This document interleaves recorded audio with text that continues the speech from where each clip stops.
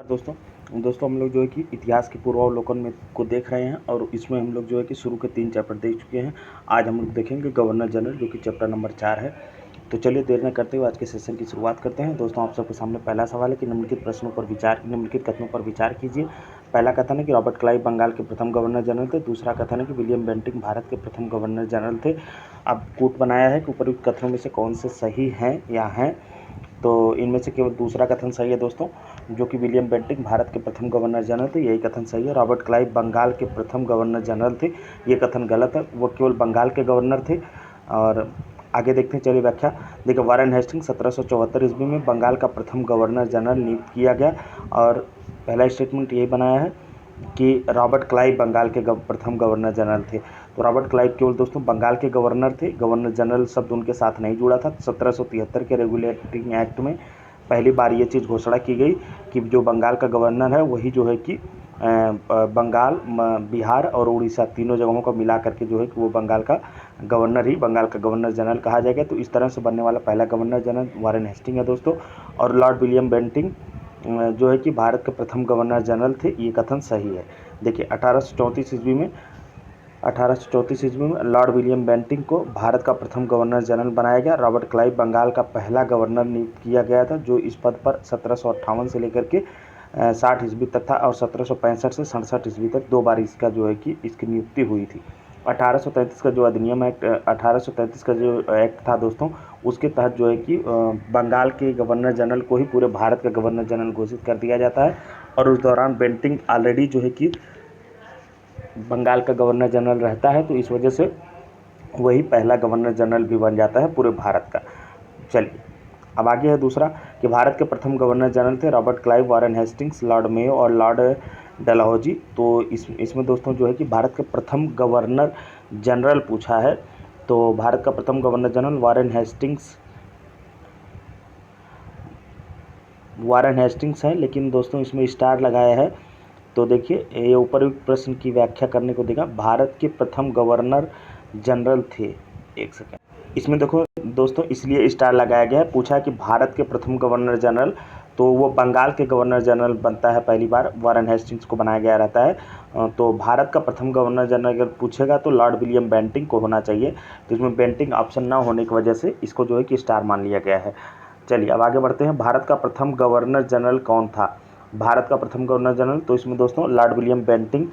देखिए उपयुक्त में से कोई नहीं, तो इसलिए ई ऑप्शन सही हो जाएगा।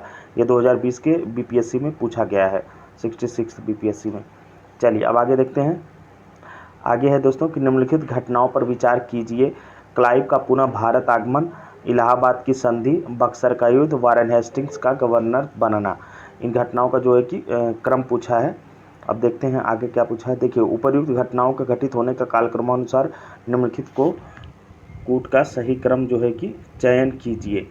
तो इसमें दोस्तों जो है कि देखिए स्टार लगा दिया गया। अब हम लोग व्याख्या देखते हैं क्यों। देखिए बक्सर का युद्ध जो होता है वो 22 अक्टूबर 1764 ईस्वी को होता है। कब होता है दोस्तों? 22 अक्टूबर 1764 ईस्वी को। और क्लाइव जो है कि पुनः भारत आता है वो 3 मई 1765 ईस्वी को आता है।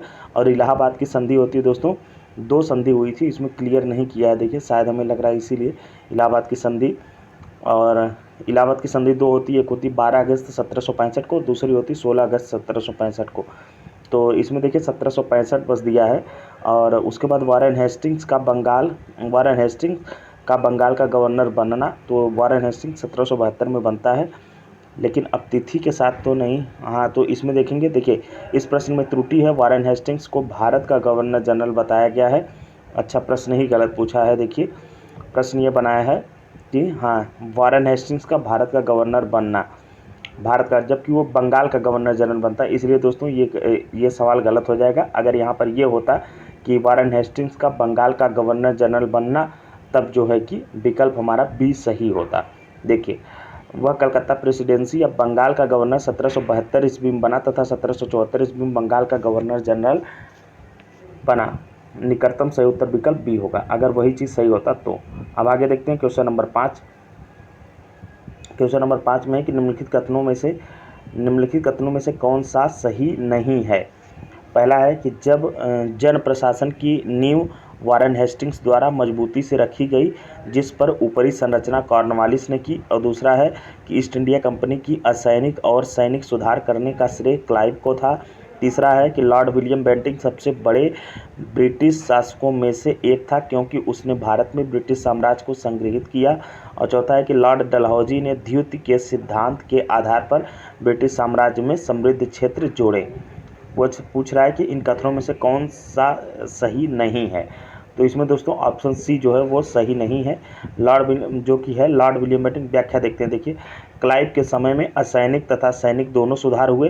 असैनिक सुधारों के अंतर्गत क्लाइव ने उपहार लेना तथा निजी व्यापार बंद करा दिया। उसने आंतरिक कर देना अनिवार्य कर बना दिया। सैनिक सुधारों के अंतर्गत क्लाइव ने आज्ञा दी कि दोहरा भत्ता बंद कर दिया जाए तथा जनवरी 1766 से यह भत्ता केवल उन सैनिकों को ही मिलता था जो बंगाल तथा बिहार की सीमा से बाहर कार्य करते थे। जन प्रशासन की नींव वारेन हेस्टिंग्स द्वारा मजबूती से रखी गई थी, जिस पर ऊपरी संरचना कॉर्नवालिस ने तैयार की।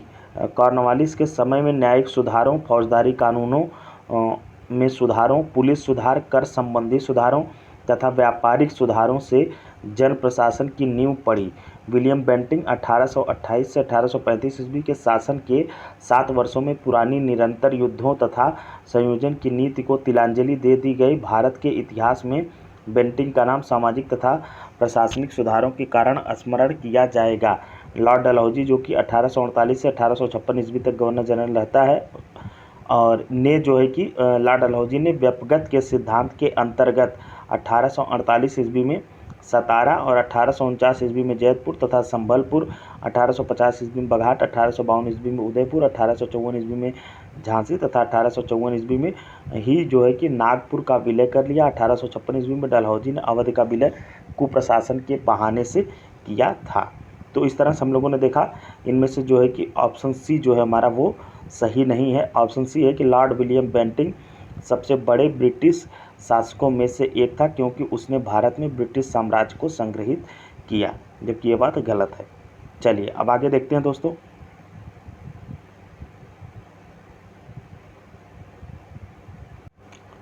अब देखते हैं दोस्तों क्वेश्चन नंबर 6, भारत में ब्रिटिश साम्राज्य का संस्थापक कौन था।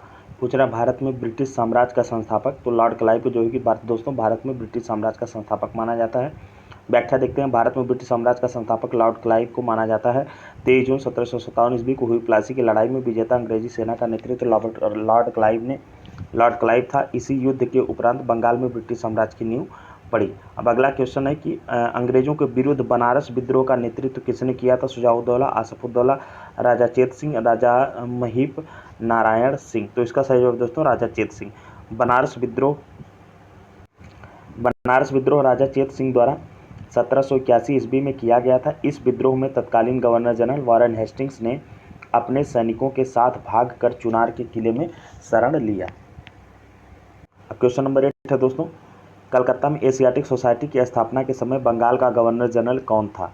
लॉर्ड कॉर्नवालिस, वारेन हेस्टिंग्स और लॉर्ड वेलिजली और लॉर्ड विलियम बेंटिंक। तो इसका सही जवाब दोस्तों ऑप्शन बी, क्योंकि 1784 ईस्वी को एशियाटिक सोसाइटी की स्थापना हुई थी और वारेन हेस्टिंग्स जब बंगाल का गवर्नर जनरल बन के आया था तो वो 1774 से लेकर के 1785 ईस्वी तक था।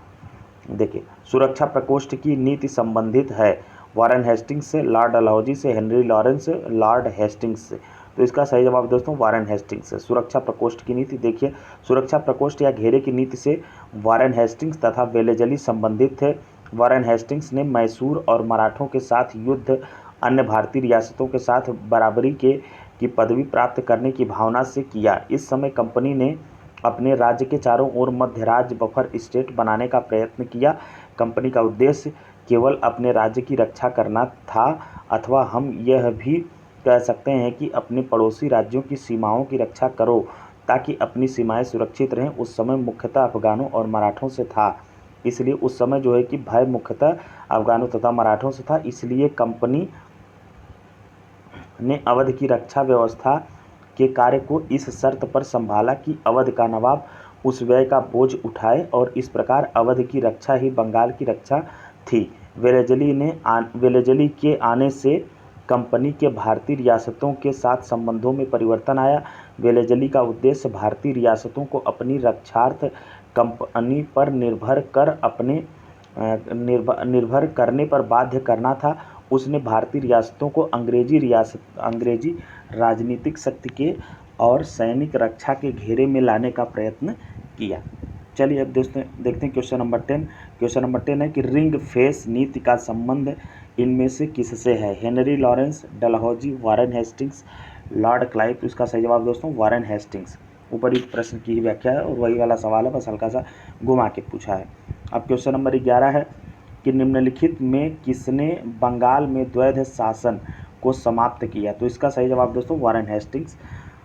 देखिए वारेन हेस्टिंग्स के कार्यकाल में 1772 ईस्वी में कोर्ट ऑफ डायरेक्टर्स ने दोहरी शासन प्रणाली को समाप्त करने का निर्णय लिया तथा कलकत्ता परिषद एवं उसके प्रधान को आज्ञा दी कि वे स्वयं दीवान बने और बंगाल, बिहार तथा उड़ीसा के प्रबंध को अपने हाथ में ले लें। वारेन हेस्टिंग्स ने दोनों उप दीवानों मोहम्मद रजा खां और राजा सिताब राय को पदच्युत कर दिया। द्वैध शासन की शुरुआत बंगाल में क्लाइव के समय में 1765 ईस्वी में हुई थी। अब देखते हैं क्वेश्चन नंबर 12 दोस्तों। बंगाल में द्विशासन प्रणाली किसके द्वारा लागू की गई थी? तो यह लागू की गई थी दोस्तों रॉबर्ट क्लाइव के द्वारा। ऑप्शन सी देखिए सही है। चलिए अब देखते हैं क्वेश्चन नंबर 13। किस गवर्नर जनरल पर महाभियोग का मुकदमा चलाया गया? Warren Hastings, Lord Clive, Lord Cornwallis और लॉर्ड वेलेजली। तो इसका सही जवाब दोस्तों वारेन हेस्टिंग्स। देखिए वारेन हेस्टिंग्स के अन्यायपूर्ण तथा निरंकुश कार्यों के कारण उस पर महाभियोग का मुकदमा चलाया गया, जो 1788 से 1795 ईस्वी तक चलता रहा, किंतु ब्रिटिश संसद ने उसकी सेवाओं को देखते हुए उसे सभी दोषों से मुक्त कर दिया। यह भी कहा गया कि वारेन हेस्टिंग्स ने यह सब कुछ साम्राज्य के हित के लिए किया, न कि अपने लिए। वारेन हेस्टिंग्स पर लगे महाभियोग के बारे में विद्वानों के मत भिन्न हैं, किंतु बीए स्मिथ का निर्णय अधिक मान्य है। वह लिखते हैं कि उसके थोड़े से दोष, जहाँ तक वे वास्तव में दोष थे, उस राजनीतिज्ञ के दोष थे जिस पर सहसा ही संकट आ पड़ा हो और जिस पर इतनी कठिन उलझनें आ पड़ी हों कि कभी कभी मानवीय समझ में भूल चूक हो जानी आवश्यक ही थी। अब देखते हैं क्वेश्चन नंबर 14 दोस्तों। क्वेश्चन नंबर 14 में है कि निम्नलिखित में से किस पर ब्रिटिश संसद में महाभियोग का मुकदमा चलाया गया था? तो वही जवाब है वारेन हेस्टिंग्स। वेलोर का विद्रोह किस गवर्नर जनरल के समय में हुआ था? Wellesley, Lord Minto, Lord Cornwallis, Sir George Barlow. तो इसका सही जवाब दोस्तों option D Sir George Barlow. Vellore का विद्रोह जो है सर जॉर्ज बारलो के समय में हुआ था। व्याख्या देखते हैं। देखिए 1806 ईस्वी में वेल्लोर की मद्रास सेना के भारतीय सैनिकों ने एक विशेष प्रकार की पगड़ी पहनने, दाढ़ी मुड़वाने तथा तिलक न लगाने के विरुद्ध विद्रोह कर दिया। इस समय गवर्नर जनरल सर जॉर्ज बारलो था। इसी के काल में बैंक ऑफ कलकत्ता की स्थापना की गई। वेल्लोर के विद्रोह को 1857 की क्रांति का पुरोगामी भी माना जाता है। तो दोस्तों ये बहुत इंपॉर्टेंट बात है। वेल्लोर के विद्रोह को क्या माना जाता है? 1857 की क्रांति का पुरोगामी भी माना जाता है वेल्लोर के विद्रोह को, क्योंकि वेल्लोर के विद्रोह जो कि मद्रासी सेना के भारतीय सैनिकों ने एक विशेष प्रकार की पगड़ी पहनने, दाढ़ी मुड़वाने तथा तिलक न लगाने के विरुद्ध विद्रोह कर दिया था। मतलब ये सब मनाही था, तो इसके खिलाफ वो लोग जो है कि विद्रोह कर दिए, हम लोगों को ये चीज़ करने दिया जाए। भारत में न्यायिक संगठन की स्थापना किसने की? Lord Mayo, Lord Cornwallis, Lord Attlee और लॉर्ड कर्जन। तो न्यायिक संगठन की स्थापना दोस्तों लॉर्ड कॉर्नवालिस ने किया था। चलिए इसकी व्याख्या देखते हैं। देखिए दीवानी और फौजदारी न्यायालय के श्रेणीबद्ध संगठन के जरिए न्याय प्रदान करने की एक नई व्यवस्था की नींव अंग्रेजों ने रखी। इस व्यवस्था को वारेन हेस्टिंग्स ने आरंभ किया, मगर कॉर्नवालिस ने इसे और सुदृढ़ बनाया। 1793 ईस्वी की कॉर्नवालिस संहिता शक्तियों के पृथक्करण के सिद्धांत पर आधारित थी, जिसके तहत कर और न्याय प्रशासन को पृथक कर दिया गया। ये दोस्तों बहुत इंपॉर्टेंट है। देखिए 1793 ईस्वी में कॉर्नवालिस संहिता जो बनी वो शक्तियों के पृथक्करण के सिद्धांत पर आधारित थी। इसके तहत जो है कि न्याय प्रशासन को पृथक कर दिया गया। किससे? इसके तहत जो है कि कर और न्याय प्रशासन को जो है कि अलग अलग कर दिया गया। चलिए अब आगे बढ़ते हैं। चलिए दोस्तों, अब देखते हैं क्वेश्चन नंबर 17। क्वेश्चन नंबर 17 में पूछा गया कि निम्नलिखित में से किस गवर्नर जनरल ने भारत की प्रसंविधाबद्ध सिविल सेवा का सृजन किया, जो कालांतर में भारतीय सिविल सेवा के नाम से जानी गई? वारेन हेस्टिंग्स, वेलेस्ली कॉर्नवालिस और विलियम बेंटिंग। तो इसका सही जवाब दोस्तों कॉर्नवालिस। देखिए इसकी व्याख्या देखते हैं। भारत की प्रसंविधाबद्ध सिविल सेवा या लोक सेवा का सृजन कॉर्नवालिस द्वारा किया गया। बंगाल का गवर्नर जनरल बनने के बाद कॉर्नवालिस ने प्रशासन को पुनर्गठित किया तथा राजस्व बोर्डों को भंग कर इसके संबंध में नए नियम बनाए। इसने क्या किया दोस्तों? इसने राजस्व बोर्डों को भंग कर दिया और उसके लिए नए नियम बनाए तथा कंपनी के अधिकारियों के व्यक्तिगत व्यापार के संबंध में भी नए नियम बनाए। उसने कॉर्नवालिस कोड, किसका दोस्तों? कॉर्नवालिस कोड के माध्यम से दीवानी तथा न्यायिक क्षेत्रों में स्पष्ट विभाजन किया, जिसने आगे चलकर भारतीय सिविल सेवा का रूप लिया। अब देखते हैं दोस्तों क्वेश्चन नंबर 18। भारतीय लोक सेवा का प्रवर्तन किया गया बेंटिंग के प्रशासन में, कॉर्नवालिस के प्रशासन में, कर्जन के शासनकाल में, डलहौजी के शासनकाल में? तो इसका दोस्तों सही जवाब है कॉर्नवालिस के शासनकाल में। व्याख्या देखते हैं, वही उपर्युक्त प्रश्न की ही व्याख्या दोस्तों। देखिए अब क्वेश्चन नंबर 19 है कि 18वीं शताब्दी के उत्तरार्ध में किसे प्रायः कंपनी बहादुर की शानो शौकत का स्थानीय प्रतिनिधि कहा जाता था? कोतवाल, दरोगा, अमला, जमींदार? तो इसका सही जवाब है दोस्तों दरोगा। अब इसकी व्याख्या देख लीजिए।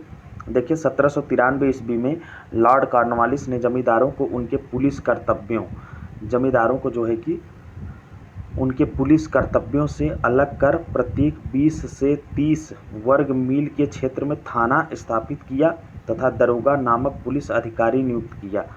दरोगा की नियुक्ति एवं पर्यवेक्षण मजिस्ट्रेट द्वारा किया जाता था और किसान जो है कि किसान दरोगा को कंपनी बहादुर की शानो शौकत का स्थायी प्रतिनिधि मानते थे। किसान को कौन मानते थे? किसान दरोगा को कंपनी बहादुर की शानो शौकत का स्थानीय प्रतिनिधि मानते थे। चलिए अब देखते हैं क्वेश्चन नंबर 20। क्वेश्चन नंबर 20 है दोस्तों कि लॉर्ड कॉर्नवालिस की कब्र कहाँ स्थित है? ऑप्शन है गाजीपुर, बलिया, वाराणसी, गोरखपुर? तो इसका सही जवाब है दोस्तों गाजीपुर। चलिए देखते हैं।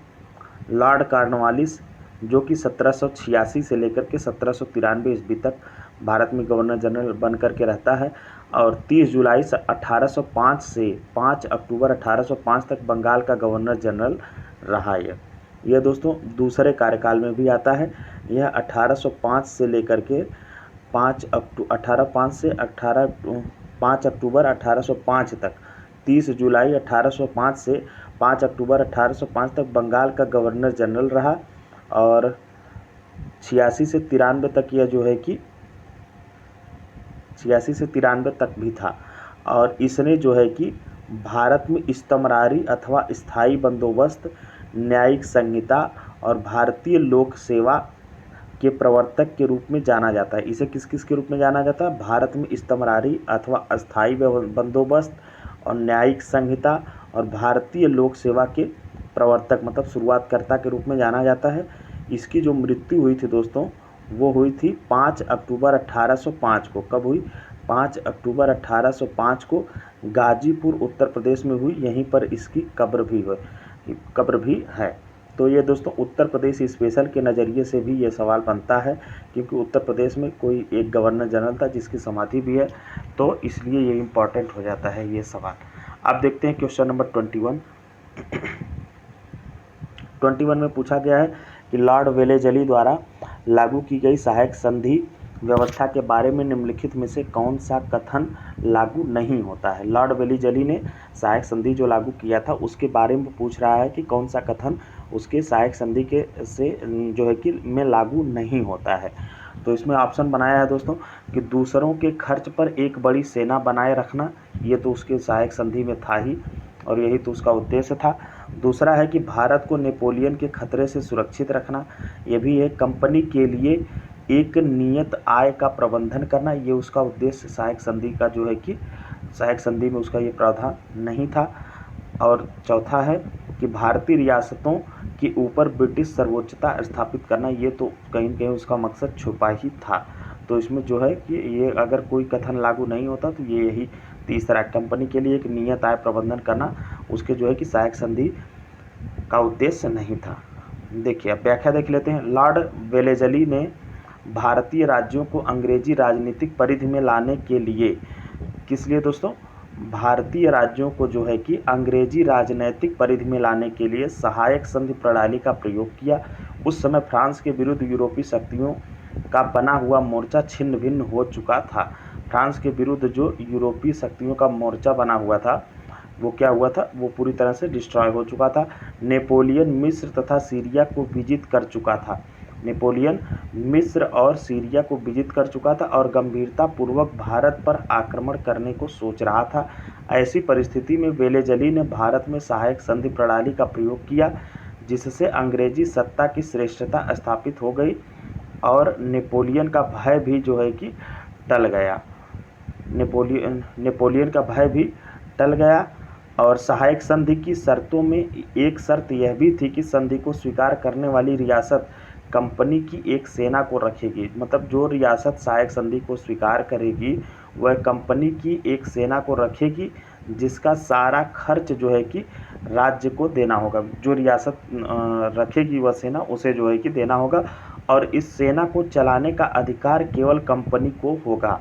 सहायक संधि को स्वीकार करने वाला राज्य किसी भी यूरोपीय या अंग्रेजों के दुश्मन की सहायता नहीं करेगा और उनके किसी भी व्यक्ति को नौकरी नहीं देगा। ये भी टर्म उसमें जोड़ दिया था कि जो रियासत जो है कि सहायक संधि को स्वीकार करेगी वह रियासत जो है कि या वह राज्य किसी भी यूरोपीय या अंग्रेजों के दुश्मनों की सहायता नहीं करेगा। मतलब जिनसे ब्रिटिशर्स की दुश्मनी होगी उनकी सहायता वह रियासत या राज्य नहीं करेगा और उनके किसी भी व्यक्ति को वह नौकरी नहीं देगा।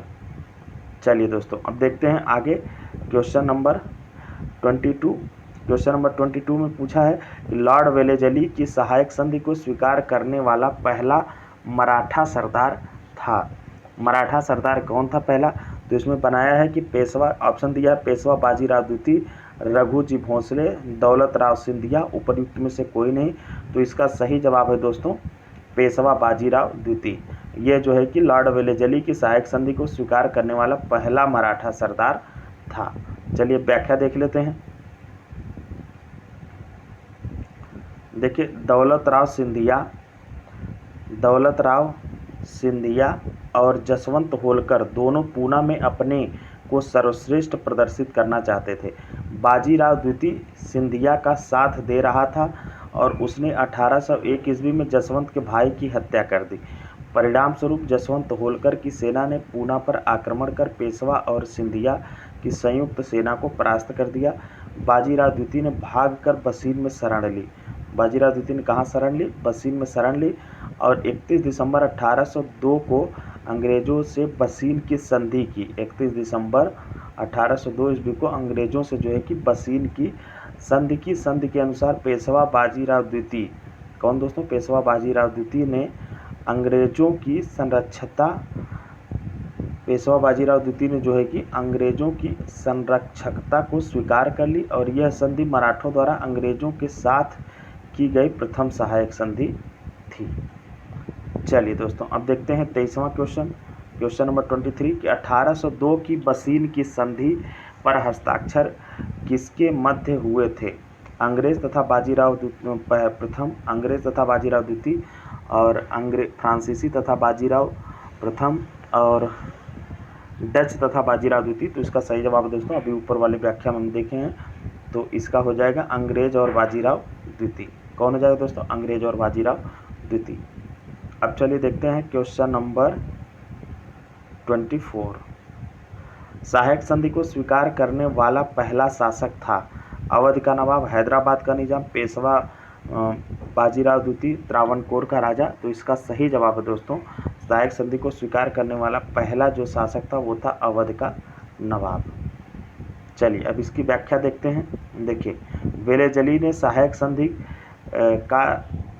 का आविष्कार नहीं किया था ये, बल्कि डुप्ले जो पुर्तगाली गवर्नर जनरल आया था उसने ये कॉन्सेप्ट दिया था। देखिए वेलेजली ने सहायक संधि को स्वीकार नहीं किया था। इस प्रणाली का अस्तित्व पहले ही था। संभवतः डुप्ले प्रथम यूरोपीय था जिसने अपनी सेना किराए पर भारतीय राजाओं को दी थी।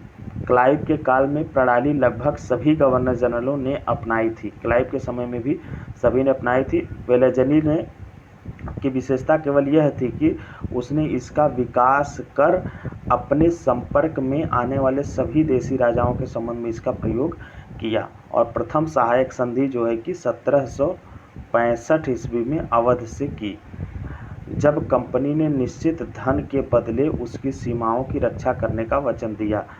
अवध ने एक अंग्रेज रेजिडेंट को लखनऊ में रखना स्वीकार किया।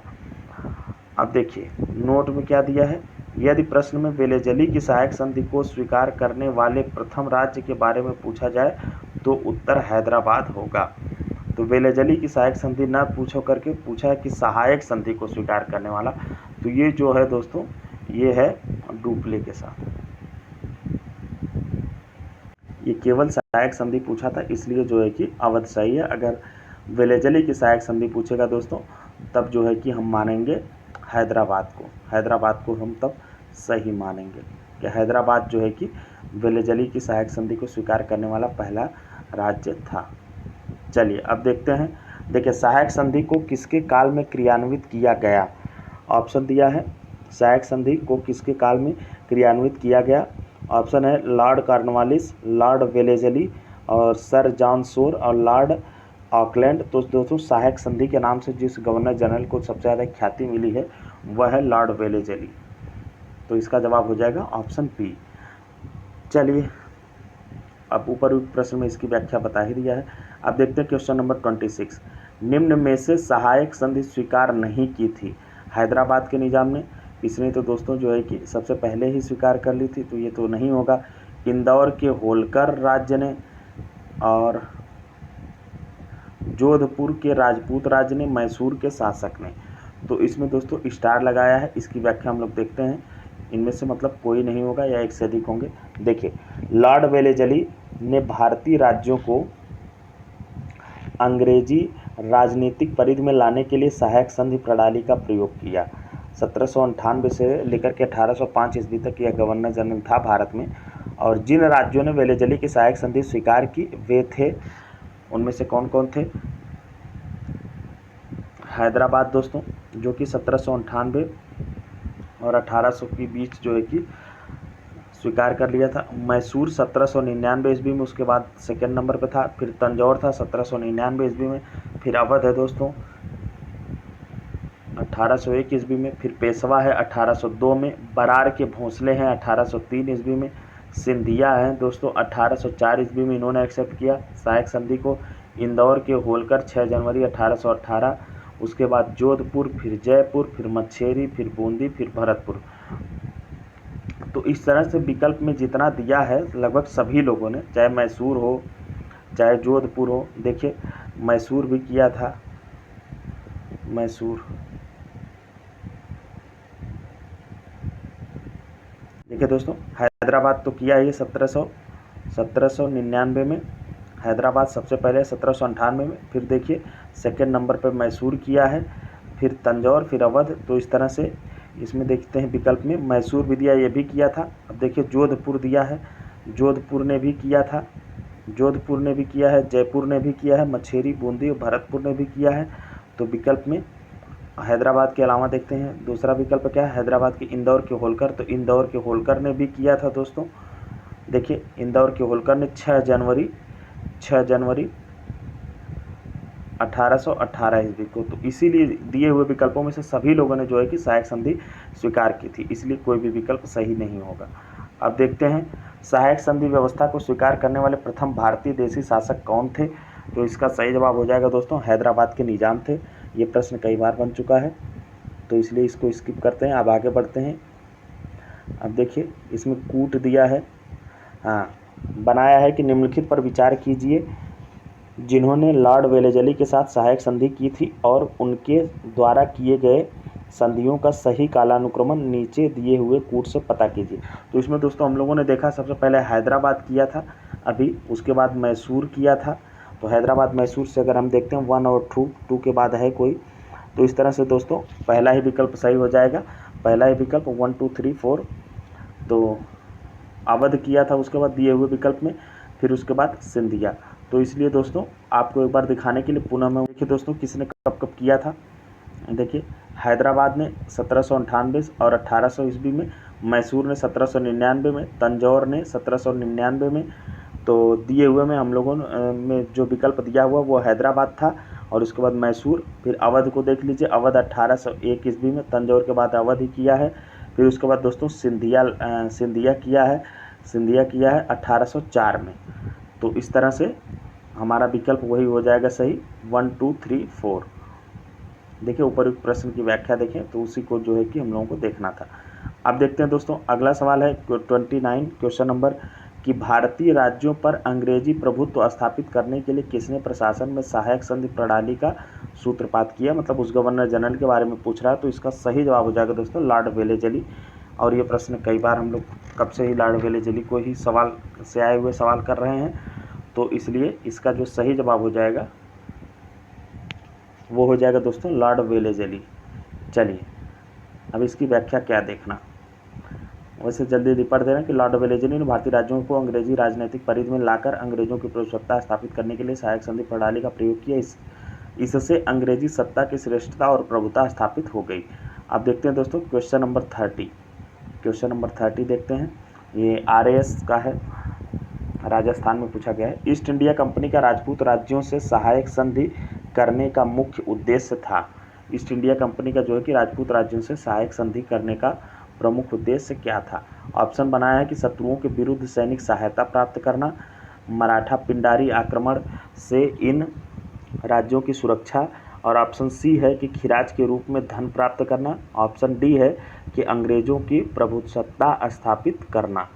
तो इसमें दोस्तों ऑप्शन डी ही सही है। देखिए क्योंकि अंग्रेजों की प्रभुसत्ता स्थापित करने के लिए ही जो है कि ईस्ट इंडिया कंपनी का राजपूत राज्यों के साथ जो है कि सहायक संधि होने का मुख्य उद्देश्य था। अब देखते हैं क्वेश्चन नंबर 31। देखिए मिलान कराने को दिया है, पूछा कि कौन सही सुमेलित नहीं है। बक्सर का युद्ध दोस्तों 1764 में हुआ था, ये तो सही है। सहायक संधि दे रहा है 1863, जबकि सहायक संधि जो है कि 1798 में सबसे पहले हो गई थी, किसके साथ, हैदराबाद के साथ। तो हमें यही जोड़ी जो है कि सुमेलित नहीं है, और बाकी जोड़ियां देख लेते हैं। देखिए भारत में ईस्ट इंडिया कंपनी का एकाधिकार, ये 1833, ये भी सही है दोस्तों, क्योंकि वो पर्सनल व्यापार पर पूरी तरह से प्रतिबंध लग जाता है।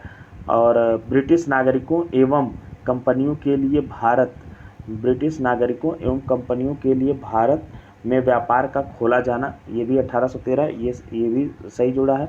तो इसमें जो मिसमैच है वो है ऑप्शन बी। इसकी व्याख्या देख लेते हैं।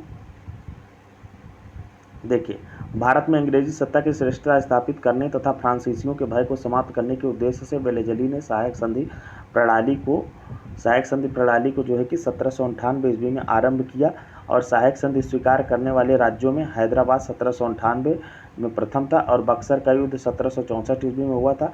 ईस्ट इंडिया कंपनी का एकाधिकार 1833 में, जो कि 1833 के अधिनियम के तहत पूर्णतः समाप्त घोषित कर दिया जाता है। अच्छा यहाँ पे क्या बनाया है,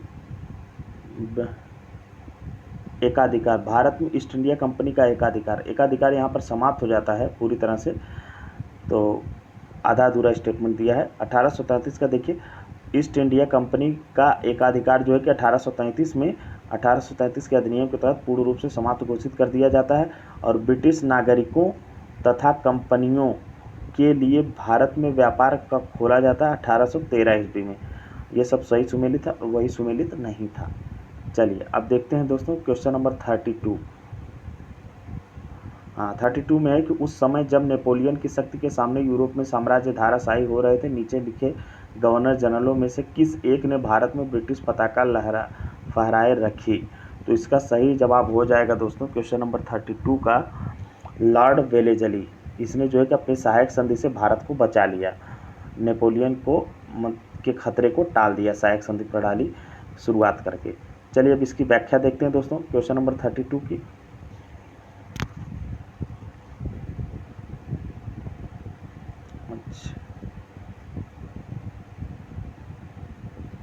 हाँ देखिए व्याख्या यही है। देखिए लॉर्ड वेलेजली ने भारत की ओर 1797 ईस्वी में प्रस्थान किया, और जो कि आंग्ल इतिहास में संभवतः सबसे अंधकारमय समय था। वो आंग्ल इतिहास का सबसे अंधकारमय समय था। उस समय कई विद्रोह हो रहे थे। देखिए, फ्रांस के विरुद्ध यूरोपीय शक्तियों का बना हुआ मोर्चा छिन्न भिन्न हो चुका था और नेपोलियन मिस्र तथा सीरिया को हरा चुका था और गंभीरतापूर्वक वह भारत की ओर आक्रमण करने की सोच रहा था। ऐसी परिस्थिति में वेलेजली ने भारत में सहायक संधि प्रणाली का प्रयोग किया, जिससे अंग्रेजी सत्ता की श्रेष्ठता स्थापित हो गई, जो है कि स्थापित हो गई तथा नेपोलियन का भय भी टल गया। चलिए अब देखते हैं क्वेश्चन नंबर 33। क्वेश्चन नंबर 33 है दोस्तों कि आंग्ल नेपाल युद्ध जिसके शासनकाल में हुआ था वह है। आंग्ल नेपाल युद्ध जिसके शासनकाल में हुआ था वह है, ऑप्शन बनाया है कि लॉर्ड कॉर्नवालिस और लॉर्ड हेस्टिंग्स और लॉर्ड वेलेजली और वारेन हेस्टिंग्स। तो इसका सही जवाब है दोस्तों, आंग्ल नेपाल युद्ध जो हुआ था 1814 से 16 ईस्वी के मध्य हुआ था। तो उस समय लॉर्ड हेस्टिंग्स जो है कि भारत में गवर्नर जनरल था। चलिए इसकी व्याख्या देखते हैं। देखिए, आंग्ल नेपाल युद्ध 1814 से 1816 ईस्वी के मध्य हुआ था और लॉर्ड हेस्टिंग्स के गवर्नर जनरल काल में हुआ था।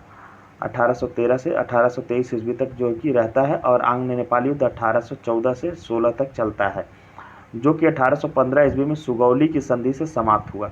तो दोस्तों ये भी पूछा जाता है कि कौन सा अंग्रेजों के साथ विदेशी शक्तियों का जो युद्ध होता है और किस संधि के द्वारा समाप्त होता है। तो आंग्ल नेपाल युद्ध जो 1814 से 16 ईस्वी तक चला था, यह 1815 की सुगौली संधि के द्वारा जो है कि समाप्त हुआ था और इस समय भारत में गवर्नर जनरल कौन था? लॉर्ड हेस्टिंग्स था। सुगौली की संधि दोस्तों जो है कि 2 दिसंबर 1815 को लेखबद्ध हुई थी, जिसको अनुमोदन कब मिला था? 4 मार्च 1816 ईस्वी को मिला था। चलिए अब देखते हैं। देखिए, सुगौली की संधि हुई थी दोस्तों, तो सुगौली की संधि हुई थी 1815 ईस्वी में, 2 दिसंबर 1815 ईस्वी को यह लेखबद्ध हुई थी। और चलिए अब आगे बढ़ते हैं। तो उपयुक्त प्रश्न की व्याख्या इसमें हो जाएगा, निम्नलिखित में से कौन सा युग्म सही सुमेलित नहीं है। पूछ रहा है कि कौन सा सही सुमेलित नहीं है। हेक्टर मुनरो बक्सर का युद्ध, ये सही है दोस्तों। बक्सर के युद्ध के समय अंग्रेजों का जो अंग्रेजी सेना का सेनापति हेक्टर मुनरो रहता है और लॉर्ड हेस्टिंग्स के समय आंग्ल नेपाल युद्ध होता है। लॉर्ड हेस्टिंग्स के समय आंग्ल नेपाल युद्ध होता है, ये भी सही है दोस्तों। अभी हम लोगों ने ऊपर देखा, देखिए आंग्ल नेपाल युद्ध 1814-16 लॉर्ड हेस्टिंग्स के समय ही होता है। और लॉर्ड वेलेजली चतुर्थ आंग्ल मैसूर युद्ध, चतुर्थ आंग्ल मैसूर युद्ध के समय लॉर्ड वेलेजली था, ये भी सही है दोस्तों, क्योंकि 1790-92 में जो है कि हुआ था आंग्ल मैसूर युद्ध, तो उस समय जो है कि लॉर्ड वेलेजली था। अब आगे है कि लॉर्ड कॉर्नवालिस दोस्तों, इसके सामने दिया है कि तृतीय आंग्ल मराठा युद्ध, लॉर्ड कॉर्नवालिस के समय तृतीय आंग्ल मराठा युद्ध हुआ था, ये कह रहा है, जबकि ये सही नहीं है।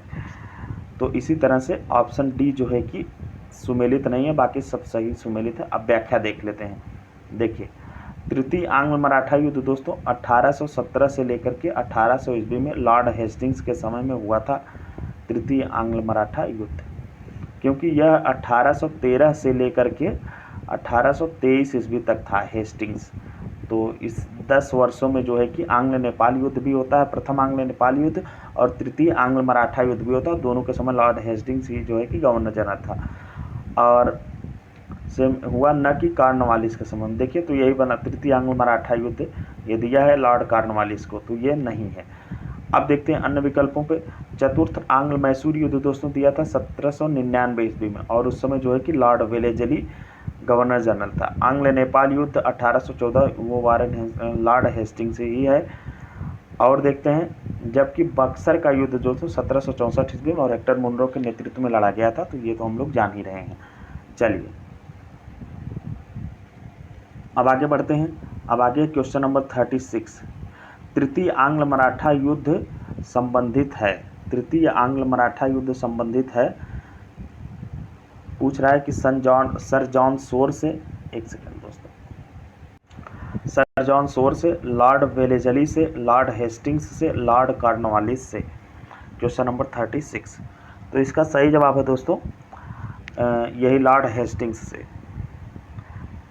क्योंकि अभी हम लोगों ने देखा तृतीय आंग्ल मराठा युद्ध, यहाँ पे देखिए इसके पहले वाले में हम लोगों ने देखा तृतीय आंग्ल मराठा युद्ध जो कि 1817 से 18 ईस्वी में हुआ था। लॉर्ड हेस्टिंग्स उस समय जो है कि भारत का गवर्नर जनरल था। तो संबंधित है पूछा तो लॉर्ड हेस्टिंग्स से संबंधित है। दोस्तों कुछ युद्धों का के समय जो है कि गवर्नर जनरल पूछा जाता है, तो वो हमको आपको याद रखना है। तो यहाँ पर मैं आपको दो बार कह के रटवा दे रहा हूँ। देखिए आंग्ल नेपाल युद्ध जो पहला हुआ था, जो कि सुगौली की संधि के द्वारा, जो 2 दिसंबर 1815 को सुगौली की संधि पर हस्ताक्षर होता है, इसके द्वारा जो है कि प्रथम आंग्ल नेपाल युद्ध समाप्त होता है। और उस समय जो है कि और तृतीय आंग्ल मराठा युद्ध के समय कौन रहता है, लॉर्ड हेस्टिंग्स जो है कि गवर्नर जनरल रहता है। और इसके अलावा दोस्तों जो है कि आंग्ल मैसूर युद्ध, चौथा आंग्ल मैसूर युद्ध जो है, इसके समय लॉर्ड वेलेजली रहता है। तो ये आप लोग याद रखिएगा, इस तरह के सवाल बहुत आते हैं, इसलिए मैं बहुत फोर्सफुली आपसे ये रिक्वेस्ट कर रहा हूँ कि इसको बहुत, इस तथ्य को बहुत ध्यान में रखिए। देखिए और इसमें भी दोस्तों जो है कि ऑप्शन सी सही है 36 में। अब चलिए बढ़ते हैं आगे। Question number 37, sir Thomas Munro किन वर्षों में मद्रास के गवर्नर रहे। देखिए सर टॉमस मुनरो का कार्यकाल ही पूछ लिया है, वो भी उत्तर प्रदेश पीसीएस देखिए 2016 में पूछा है ये। तो हमको आपको जो है कि कुछ गवर्नर जनरलों का कार्यकाल भी याद रखना है। ऑप्शन दे रहा है दोस्तों कि 1820 से 1827, 1819 से 1826 और 1822 से लेकर के 1829 और 1818 से 1825। देखिए दोस्तों अभी जो हेस्टिंग्स का चल रहा था, हम लोगों ने देखा लॉर्ड हेस्टिंग्स जो था ये 1813 से लेकर के 1823 तक रहता है। तो अगर हम उसको भी ध्यान देंगे दोस्तों, तो देखिए 1813 से 1823। अच्छा, मद्रास के गवर्नर सर टॉमस मुनरो किन वर्षों में मद्रास के गवर्नर रहे, तो ये दोस्तों रहते हैं 1820 से 1827। कब रहते हैं, 1820 से 1827। अब इसकी व्याख्या देखते हैं। देखिए सर टॉमस मुनरो 1820 से 1827 ईस्वी तक मद्रास के गवर्नर रहे। दक्षिण भारत में भू राजस्व वसूली हेतु लागू की गई व्यवस्था रैयतवाड़ी व्यवस्था थी। इस व्यवस्था के जन्मदाता जो है कि टॉमस मुनरो, कौन थे दोस्तों, टॉमस मुनरो को माना जाता है। और कैप्टन रीड, दक्षिण भारत में जो रैयतवाड़ी व्यवस्था लागू हुई थी उसके जन्मदाता माने जाते हैं टॉमस मुनरो और कैप्टन रीड। तो इसीलिए सर टॉमस मुनरो से जो है कि सवाल बना दिया है कि सर टॉमस मुनरो जो हैं ये मद्रास के गवर्नर कब से कब तक रहते हैं, तो 1820 से लेकर के 1827 ईस्वी तक रहते हैं। जिन्होंने जो है कि सर्वप्रथम इसे तमिलनाडु के 12 महल जिले में लागू किया था। मतलब ये रैयतवाड़ी व्यवस्था को सबसे पहले कहाँ लागू किए थे, तमिलनाडु के 12 महल जिले में लागू किए थे। इसके पश्चात यह व्यवस्था जो है कि मद्रास और बम्बई के कुछ हिस्से, असम तथा कुर्ग में, जो कि आधुनिक कर्नाटक का एक भाग है, में लागू की गई। चलिए दोस्तों अब आगे बढ़ते हैं। देखिए तथाकथित कुशासन के आधार पर किस गवर्नर जनरल ने मैसूर राज्य के प्रशासन को ले लिया। कह रहा है कि तथाकथित कुशासन के आधार पर किस गवर्नर जनरल ने मैसूर राज्य के प्रशासन को ले लिया। ऑप्शन है Lord Wellesley, Lord Hastings, Lord William Bentinck ने, लॉर्ड हार्डिंग ने। तो इसका सही जवाब है दोस्तों लॉर्ड विलियम बेंटिंग ने। लॉर्ड विलियम बेंटिंग ने जो है कि कुशासन के आधार पर जो है कि मैसूर राज्य को अपने प्रशासन में मिला लिया था। अब इसकी व्याख्या देखते हैं दोस्तों। देखिए लॉर्ड विलियम बेंटिंग जो कि 1831 से लेकर के 1831 ईस्वी में मैसूर तथा 1834 ईस्वी में कुर्ग एवं कछार की रियासतों को अपने प्रदेश में मिला लिया। 1831 ईस्वी में दोस्तों इसने मैसूर को, 1834 ईस्वी में कुर्ग को और कछार की जो है कि रियासतों को अपने प्रदेश में मिला लिया, क्योंकि वहाँ कथित रूप से बहुत अधिक कुशासन एवं अव्यवस्था थी। चलिए दोस्तों अब आगे बढ़ते हैं।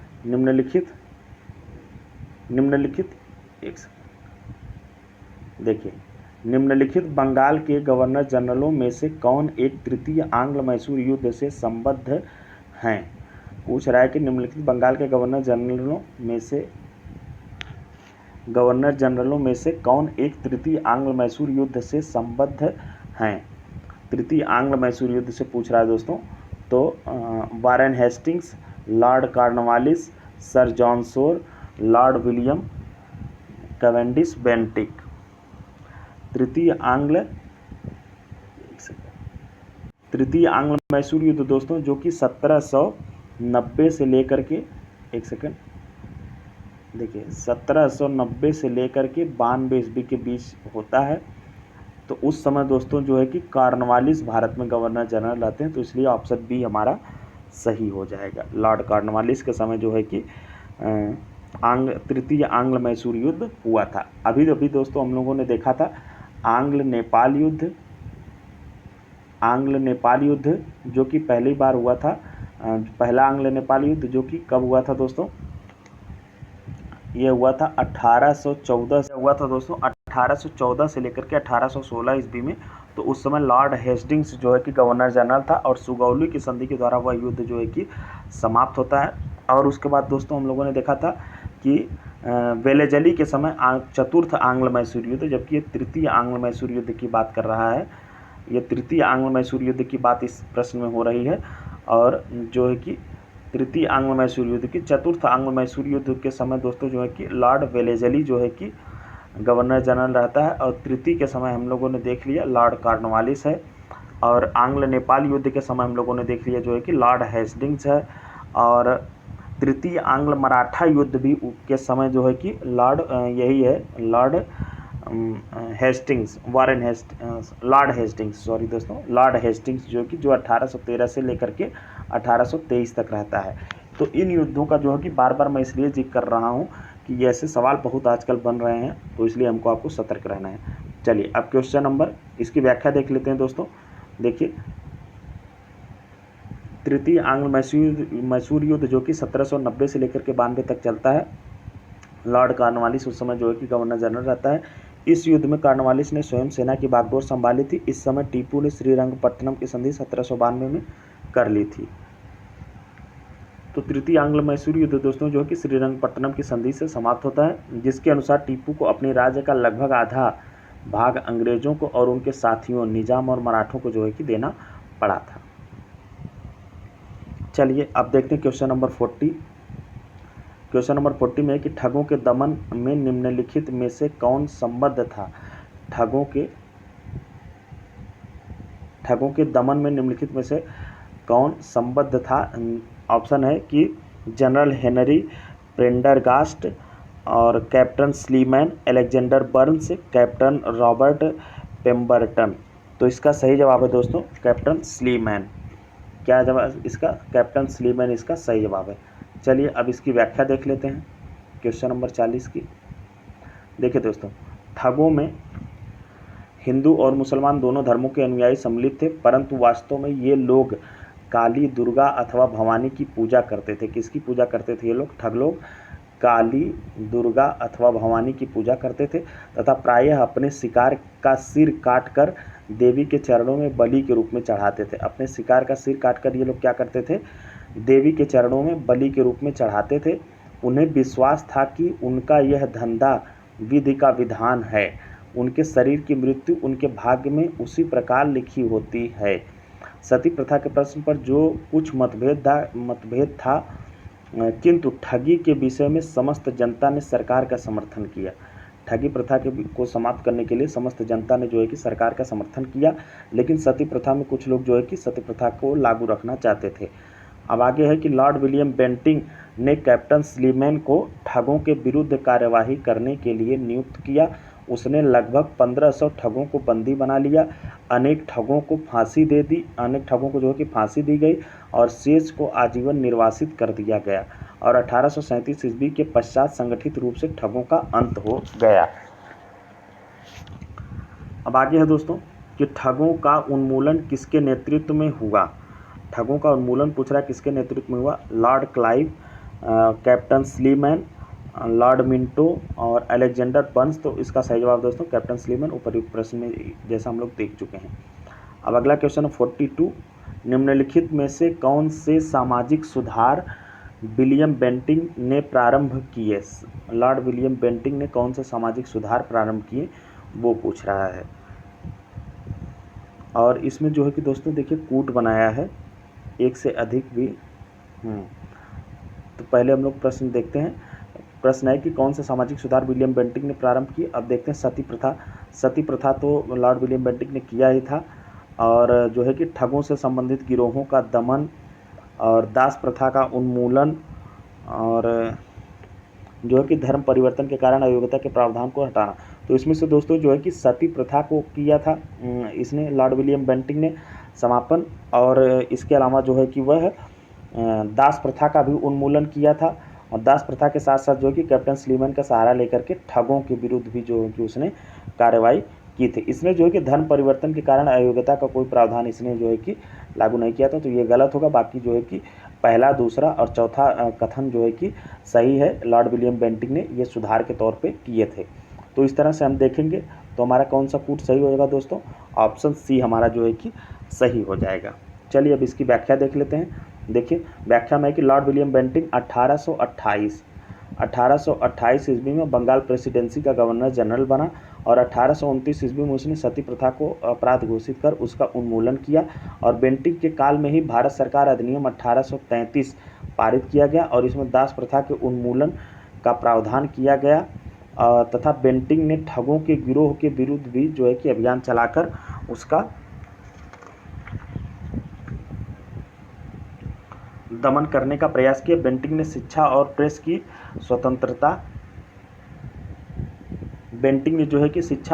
स्वतंत्रता पर भी काम किया था, और 1835 ईस्वी में वह इंग्लैंड वापस चला गया। धर्म परिवर्तन के कारण अयोग्यता के प्रावधान को 1850 ईस्वी में हटाया गया था। 1850 ईस्वी में दोस्तों ये जो है कि धर्म परिवर्तन के कारण अयोग्यता के प्रावधान को हटाया गया था। तो इस तरह से 1 to 4 स्टेटमेंट जो है कि वो हमारा सही हो जाएगा। अब देखते हैं आगे क्वेश्चन नंबर 43। क्वेश्चन नंबर 43 है दोस्तों कि सती प्रथा पर पाबंदी किसने लगाई थी। सती प्रथा पर पाबंदी, तो इसका सही जवाब हो जाएगा लॉर्ड विलियम बेंटिक। तो इस तरह से हम ये प्रश्न जो है कि कई बार कर चुके हैं। अब देखते हैं इसकी व्याख्या राजा राम मोहन राय से जोड़ करके दिया है, तो इसको हम लोग एक बार देख लेते हैं। देखिए राजा राम मोहन राय जैसे प्रबुद्ध भारतीय सुधारकों ने लॉर्ड विलियम बेंटिक को इस प्रथा को अवैध घोषित करने की प्रेरणा दी। बहुत से समकालीन प्रगतिशील समाचार पत्रों ने इनका समर्थन किया, और विलियम बेंटिक ने कानून बनाकर सती प्रथा को पूरी तरह से प्रतिबंधित कर दिया। दिसंबर 1829 ईस्वी के जो है कि नियम 17 द्वारा विधवाओं को जलाना अवैध घोषित कर दिया गया। आरंभ में यह कानून केवल बंगाल प्रेसिडेंसी में लागू किया गया, और 1830 ईस्वी में यह नियम बम्बई और मद्रास प्रेसिडेंसी में भी लागू कर दिया गया।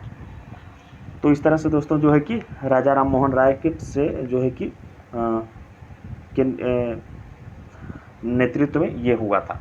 अब देखते हैं सती प्रथा को गैर कानूनी किसने घोषित किया, तो लॉर्ड विलियम बेंटिक, इसका सही जवाब हो जाएगा वही प्रश्न। अब देखते हैं 45 में कि लॉर्ड विलियम बेंटिक द्वारा सती प्रथा किस वर्ष समाप्त की गई थी। तो यह दोस्तों समाप्त की गई थी 1829 ईस्वी में। कब समाप्त की गई थी? 1829 ईस्वी में नियम 17 के द्वारा। देखिए हिल असेंबली प्लान किसके द्वारा आदिवासी उन्नति के लिए किया गया था। हिल असेंबली प्लान किसके द्वारा आदिवासी उन्नति के लिए किया गया था। ऑप्शन है टी विल्किंस, क्लीवलैंड और Lord William Bentinck, Lord Macaulay. तो इसका जो दोस्तों सही जवाब है वो है क्लीवलैंड। क्या है दोस्तों? क्लीवलैंड। अब इसकी व्याख्या देखते हैं। देखिए संथाल परगना के राजमहल क्षेत्र के प्रथम ब्रिटिश कलेक्टर ऑगस्टस क्लीवलैंड द्वारा आदिवासियों की उन्नति हेतु, किस लिए दोस्तों? आदिवासियों की उन्नति हेतु हिल असेंबली प्लान को जो है कि कार्यान्वित किया गया। इसके अंतर्गत आदिवासी मुखियों को सीमित न्यायिक शक्तियां भी सौंपी गईं, और 1796 ईस्वी के रेगुलेशन 1 द्वारा जो है कि इस व्यवस्था को विनियमित करने का प्रयास भी किया गया। चलिए दोस्तों अब आगे बढ़ते हैं। अब अगला सवाल है क्वेश्चन नंबर 47। क्वेश्चन नंबर 47 है कि इनमें से किस वर्ष बंगाल के दासों के निर्यात को रोक दिया गया। कह रहा है कि इनमें से किस वर्ष बंगाल के दासों के निर्यात को रोक दिया गया। 1764 और 1789, 1858 या 1868। तो इसका सही जवाब है दोस्तों 1789। 1789 में जो है कि बंगाल के दासों के निर्यात को रोक दिया गया था। देखते हैं व्याख्या में क्या दिया। देखिए 1789 ईस्वी में घोषणा द्वारा बंगाल के दासों के निर्यात को बंद कर दिया गया था। अब अगला देखते हैं दोस्तों कि लॉर्ड डलहौजी द्वारा, क्वेश्चन नंबर 48, लॉर्ड डलहौजी द्वारा अवध का अंग्रेजी राज्य में विलय निम्न में से किस रीति से हुआ था। कह रहा है कि लॉर्ड डलहौजी द्वारा अवध का अंग्रेजी राज्य में विलय किस नीति के द्वारा हुआ था। तो दोस्तों कुप्रशासन का आरोप लगा करके किया था। इसकी बात में जो है कि बड़ा इस नाराज़गी हुई थी। देखिए अब व्याख्या देखते हैं कि लॉर्ड डलहौजी जो कि 1848 से लेकर के दोस्तों 1856 ईस्वी तक भारत में गवर्नर जनरल रहता है, अवध के नवाब वाजिद अली शाह पर जो है कि कुशासन का आरोप लगा करके 13 फरवरी 1856 को अवध को अंग्रेजी राज्य में विलय कर लिया अपनी हड़प नीति के द्वारा। अवध के अतिरिक्त डलहौजी ने व्यपगत के सिद्धांत को के अंतर्गत जो है कि विलय किए गए जिन जिन प्रदेशों को विलय किया वो थे सतारा। देखिए सतारा, जैसे लॉर्ड वेलेजली ने सहायक संधि के द्वारा सबसे पहले हैदराबाद का विलय किया था 1798 ईस्वी में, उसी तरह से सवाल इस तरह से पूछा जाता है, उसी तरह से लॉर्ड डलहौजी ने व्यपगत सिद्धांत के द्वारा सबसे पहले अगर किसी रियासत का विलय किया तो उसका नाम था सतारा, जो कि 1748 ईस्वी में। फिर उसके बाद दोस्तों जैतपुर और संभलपुर का 1849 ईस्वी में। उसके बाद बघात का 1850 ईस्वी में, फिर उदयपुर का 1852 ईस्वी में किया, फिर झांसी का 1854 ईस्वी में किया, फिर नागपुर का 1854 ईस्वी में किया और करौली का 1855 ईस्वी में किया। अब देखते हैं दोस्तों क्वेश्चन नंबर 49, बघात रियासत का ब्रिटिश में विलय कब किया गया। देखिए बघात रियासत का पूछ लिया है तो 1850 में, अभी हमने व्याख्या में देखा। देखिए बघात का 1850 में, सतारा 1848 में, जैतपुर और संभल 1849 में, और उदयपुर 1852 में, झांसी 1854 में और नागपुर 1854 में, करौली 1855 ईस्वी में। तो इस तरह से हमारा क्वेश्चन 49 का हो जाएगा ऑप्शन बी सही हो जाएगा। चलिए अब आगे देखते हैं क्वेश्चन नंबर 50। क्वेश्चन नंबर 50 है दोस्तों कि निम्न में से किस देशी रियासत को अंग्रेजों ने अपने क्षेत्र में नहीं मिलाया था। निम्न में से किस देशी रियासत को अंग्रेजों ने अपने क्षेत्र में नहीं मिलाया था। सिंध, ग्वालियर, अवध, सतारा। तो अभी दोस्तों हम लोगों ने देखा सतारा को भी मिलाया था, अवध को तो कुशासन का आरोप लगा के मिलाया था, और उसके बाद जो है कि सिंध को भी मिलाया था। बचा था तो ग्वालियर को इन लोगों ने जो है कि अपने क्षेत्र में नहीं मिलाया था। देखिए अब इसकी व्याख्या देखते हैं दोस्तों। देखिए प्रश्नगत विकल्पों में से ग्वालियर रियासत को, किसको दोस्तों, दिए हुए विकल्प जो है उनमें से ग्वालियर रियासत को अंग्रेजों द्वारा अपने क्षेत्र में नहीं मिलाया गया। सिंध का विलय जो है कि इन्होंने 1824 से लेकर के 1842-44 ईस्वी में कर लिया था, और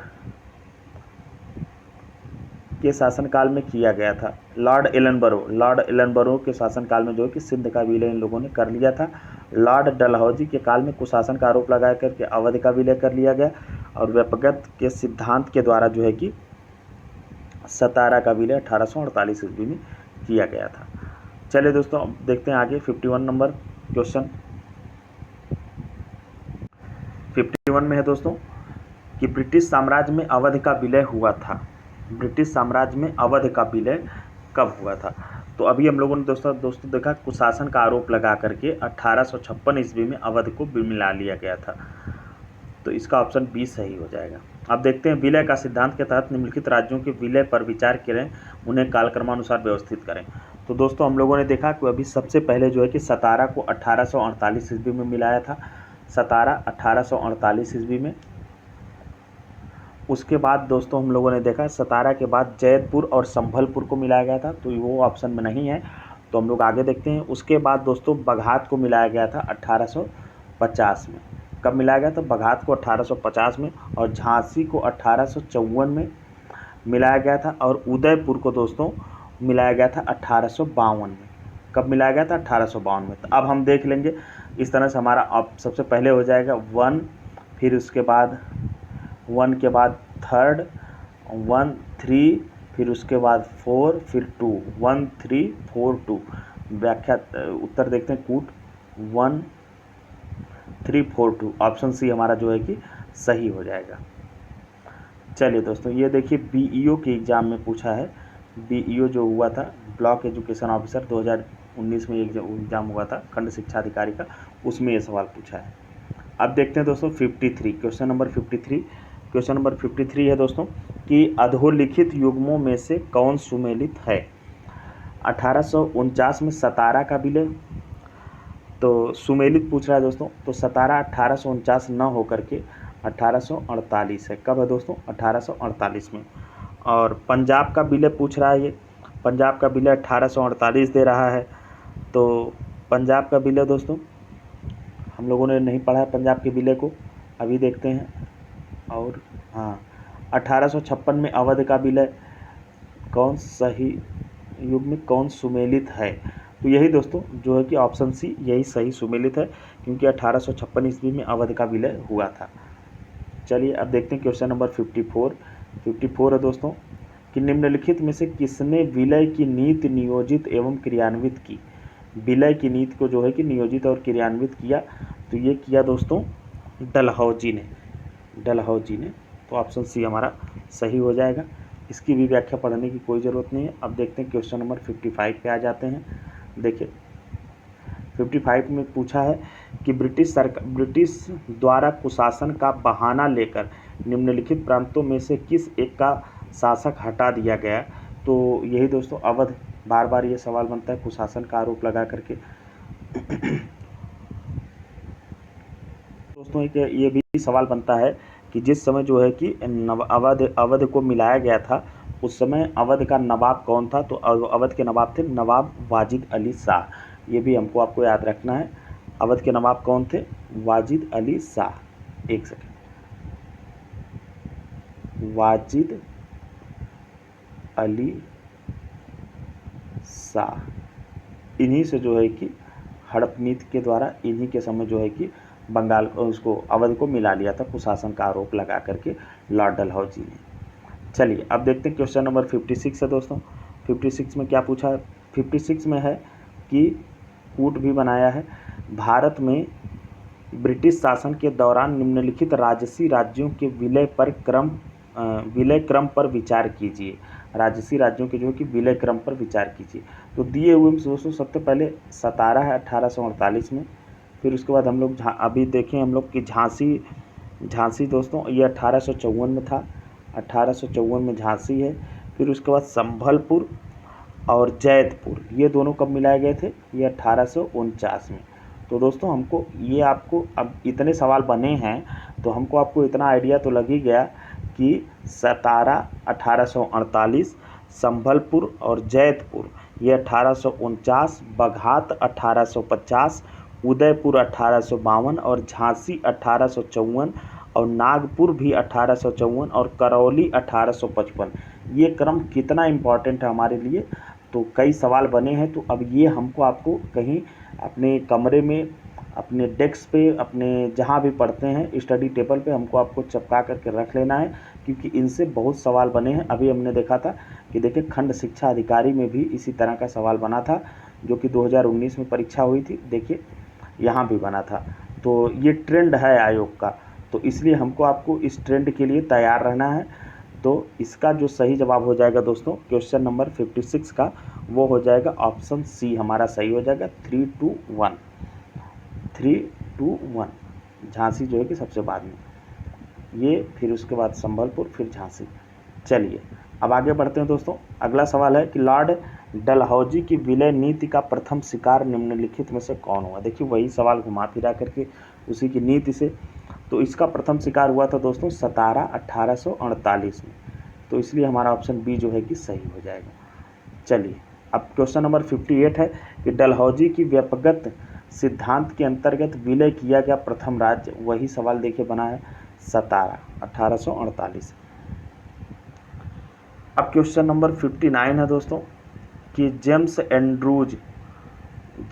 एंड्रूज रैमजे भारत के किस गवर्नर जनरल का वास्तविक नाम था।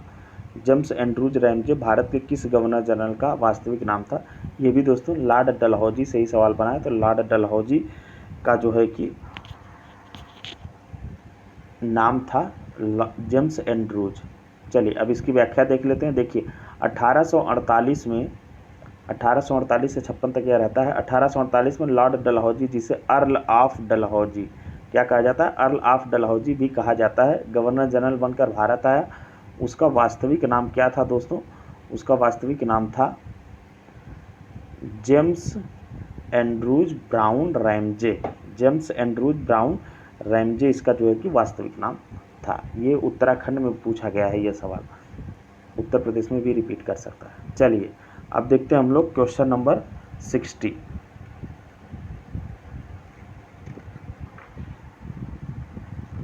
क्वेश्चन नंबर 60 देखते हैं दोस्तों।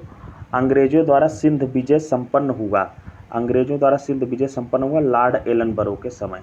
लॉर्ड एलनबरो, अभी हमने पिछले प्रश्न में देखा था कि सिंध विजय कब हुआ था, लॉर्ड एलनबरो। इसकी व्याख्या देख लेते हैं दोस्तों। देखिए,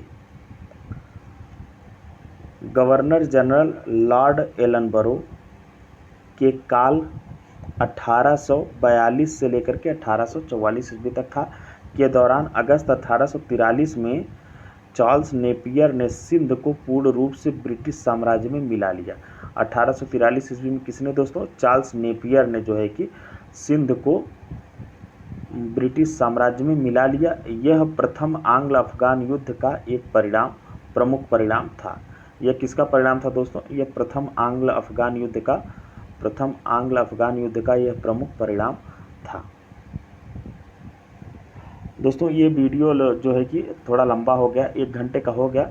60 प्रश्न, इस चैप्टर में ज़्यादा प्रश्न हैं, ज़्यादा क्वेश्चन हैं, लगभग 128 या 130 हैं। तो 1 घंटे का ये वीडियो हो गया। अब आगे के जो 61 क्वेश्चन से लेकर के 61 से लेकर के बाकी एंड तक हम अगले नेक्स्ट वीडियो में करेंगे, ताकि जो है कि वीडियो काफ़ी लंबा ना हो और लेंदी ना हो। तो दोस्तों ये यहीं पे छोड़ देते हैं। अगर वीडियो आपको अच्छा लगा हो तो लाइक करिए, चैनल को सब्सक्राइब करिए, और हमारे जो है कि पहल को आप बताइए कि ये हमारी पहल कैसी है कैसी नहीं है, और अपना फीडबैक दीजिए। ओके दोस्तों, धन्यवाद।